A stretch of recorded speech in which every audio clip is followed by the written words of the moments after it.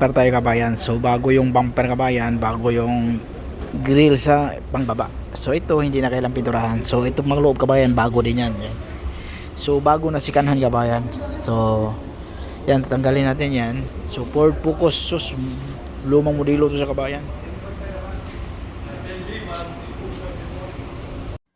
Ayan, tinanggalan natin yung luma. Basag yan sa kabayan. Yan, ikabit natin yung bagong sikanhan din. Yan, medyo matibay yan kabayan, mabigat. Yan. So tinanggal natin yung headlight, kabila ang headlight yan. So hindi natin matanggal yung reinforcement pag hindi natin tanggalin yung headlight kasi doon nakabracket yung headlight. So yung ibang sasakyan kabayan, kahit tanggalin mo yung reinforcement, walang problema. Yung headlight nakakabit lang din sa fender, saka yung sa may pinaka panel dya. Yan kasi wala na doon nakakonekta yung hood doon sa may bracket, doon sa may parang nakapatong sa radiator.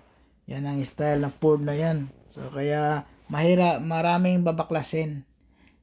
Gaya na sinabi ko, yung iba pag magpalit ka ng reinforcement, kahit yung headlight nakakabit, walang problema, matanggal mo. Katulad ng yung Hyundai kabayan, yung tinanggal ko ba yung nagpalit ako ng reinforcement, hindi ko na tinanggal yung headlight sa Hyundai Okay? Iba-iba kasing klase talaga kabayan yung sasakyan, hindi pare-parehas.